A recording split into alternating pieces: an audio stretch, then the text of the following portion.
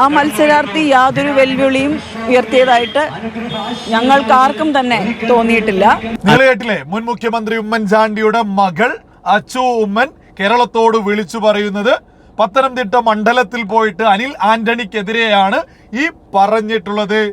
ഇതേ അച്ചു ഉമ്മനോട് പറയാനുള്ളത്, നിങ്ങൾക്കൊക്കെ പൊതുസമൂഹത്തിൽ ഒരു വിലയൊക്കെ ഉണ്ടായിരുന്നു, അത് നിങ്ങളായിട്ട് തന്നെ കളഞ്ഞു കുളിക്കരുത് എന്ന് തന്നെയാണ് പറയാനുള്ളത്. നമ്മളൊക്കെ തന്നെ കേട്ടിട്ടുള്ളതായിരുന്നു. അനിൽ ആന്റണി എൻ്റെ ബാല്യകാല സുഹൃത്താണ്, എൻ്റെ കുടുംബവുമായിട്ട് അവരുടെ കുടുംബം വലിയ ബന്ധമാണ്. അങ്ങനെ ഞങ്ങൾ ആ ഒരു വ്യക്തി ബന്ധത്തെക്കുറിച്ചും സുഹൃത്ത് ബന്ധത്തെയൊക്കെ കുറിച്ച് വലിയ മഹത്വൽക്കരിച്ചുകൊണ്ട് നമ്മുടെ കേരള പൊതുസമൂഹത്തോട് വിളിച്ചു പറഞ്ഞ സമയത്ത് കേരളത്തിലെ ബോധമുള്ള ആളുകളൊക്കെ തന്നെ അതിൽ കൈയടിച്ചിരുന്നു. അതേ അച്ചു ഉമ്മനാണ് ഇന്ന് പത്തനംതിട്ടയിൽ പോയിട്ട് അതേ അനിൽ ആന്റണിക്കെതിരെ പ്രചരണവുമായിട്ട് രംഗത്തെത്തിയിട്ടുള്ളത്. നമുക്കറിയാം, കോൺഗ്രസിന്റെ വളരെ വലിയ രീതിയിലുള്ള ശക്തമായിട്ടുള്ള സമ്മർദ്ദത്തിന്റെ ഭാഗമായിട്ടൊക്കെ തന്നെയായിരിക്കും പത്തനംതിട്ടയിൽ ഇപ്പോൾ ഈ അച്ചു ഉമ്മൻ എത്തിയിട്ടുള്ളത്. അച്ചു ഉമ്മനോടൊക്കെ തന്നെ പറയാനുള്ളത്, വ്യക്തിപരമായിട്ട് ഒരു തീരുമാനമെടുത്ത് അത് പൊതുസമൂഹത്തോട് വിളിച്ചു പറയുമ്പോൾ മറ്റാളുകളുടെ സമ്മർദ്ദത്തിൻ്റെ മേൽ ഇങ്ങനെ വന്ന് വിളിച്ചു പറയുമ്പോൾ നിങ്ങൾക്ക് നാണം തോന്നുന്നില്ല എന്ന് തന്നെയാണ് ചോദിക്കാനുള്ളത്. നമുക്കറിയാം, പത്തനംതിട്ടയിൽ ശക്തമായ മത്സരമാണ്, ത്രികോണ മത്സരം തന്നെയാണ് നടക്കുന്നത്. മാതൃഭൂമിയുടെ സർവേ ഫലത്തിലൊക്കെ തന്നെ പുറത്തു വന്നിട്ടുള്ളായിരുന്നത് തോമസ് ഐസക്, അതായത് LDF ഇടതുപക്ഷ സ്ഥാനാർത്ഥിയും ഈ ഭാരതീയ ജനതാ പാർട്ടിയുടെ സ്ഥാനാർത്ഥിയും ഒപ്പത്തിനൊപ്പം 31% വോട്ടുകൾ നേടുമെന്ന്.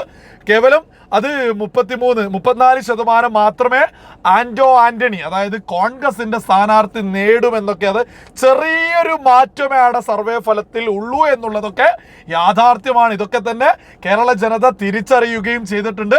ഇതിലെ മറ്റൊരു വലിയ യാഥാർത്ഥ്യം എന്ന് പറയുന്നത് മാതൃഭൂമി ചാനലിന്റെ ഓണർ ശ്രേയംസ് കുമാറാണ്. ശ്രേയംസ് കുമാർ ഇടതിലും വലതിലും മത്സരിക്കുകയൊക്കെ MLA ഒക്കെ ആയിട്ടുള്ള ഒരു വ്യക്തിയുമാണ്. അപ്പോൾ ആ മാതൃഭൂമി ചാനലിന് എന്നും ഇടതുപക്ഷത്തെയോ വലതുപക്ഷത്തെയോ വിജയിച്ച് എന്ന റിസൾട്ടും സർവേ ഫലവും മാത്രമേ അവർ പുറത്തുവിടൂ.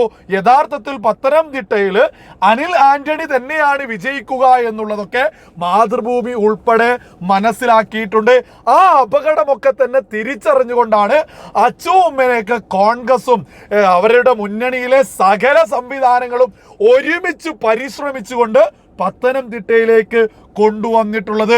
അതല്ലാതെ അവിടെ ഒരു പരാജയ ഭീതിയൊന്നും ഇല്ലായിരുന്നെങ്കിൽ അച്ചു ഉമ്മന് താല്പര്യമില്ലാഞ്ഞിട്ടും വിളിച്ചു കൊണ്ടുവരേണ്ട യാതൊരു ആവശ്യവുമില്ല.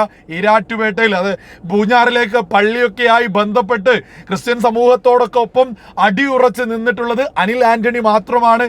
ഇരയോടൊപ്പം നിന്നിട്ടുള്ളത് തോമസ് ഐസക് ഒക്കെ തന്നെ വേട്ടക്കാർക്കൊപ്പമാണ്. അതേപോലെ തന്നെ ഈ കോൺഗ്രസിന് പ്രത്യേകിച്ചൊരു നിലപാട് പോലും ആ വിഷയത്തിൽ ഇല്ലായിരുന്നു. ഇതൊക്കെ തന്നെ പത്തനംതിട്ട മണ്ഡലത്തിൽ വളരെ കൃത്യമായിട്ട് ജനങ്ങൾക്കിടയിൽ സ്വാധീനം ചെലുത്തിയിട്ടുണ്ട്. അനിൽ ആന്റണി വിജയത്തിലേക്ക് എന്നുള്ളതിൻ്റെ ഏറ്റവും ലേറ്റസ്റ്റ് ആയിട്ടുള്ള തെളിവ് തന്നെയാണ് എൻ്റെ ബാല്യകാല സുഹൃത്തിനെതിരെ പ്രചരണത്തിന് വരില്ല എന്ന് പ്രഖ്യാപിച്ചിട്ടുള്ള അച്ചു ഉമ്മനെ പോലും കോൺഗ്രസ് സകല അടവുകളും പുറത്തെടുത്ത അച്ചു ഉമ്മനെയൊക്കെ പത്തനംതിട്ടയിലേക്ക് കൊണ്ടുവന്നതിലൂടെ നിഷ്പക്ഷരായിട്ടുള്ള സുബോധമുള്ള സകല ആളുകളും മനസ്സിലാക്കുന്നത്.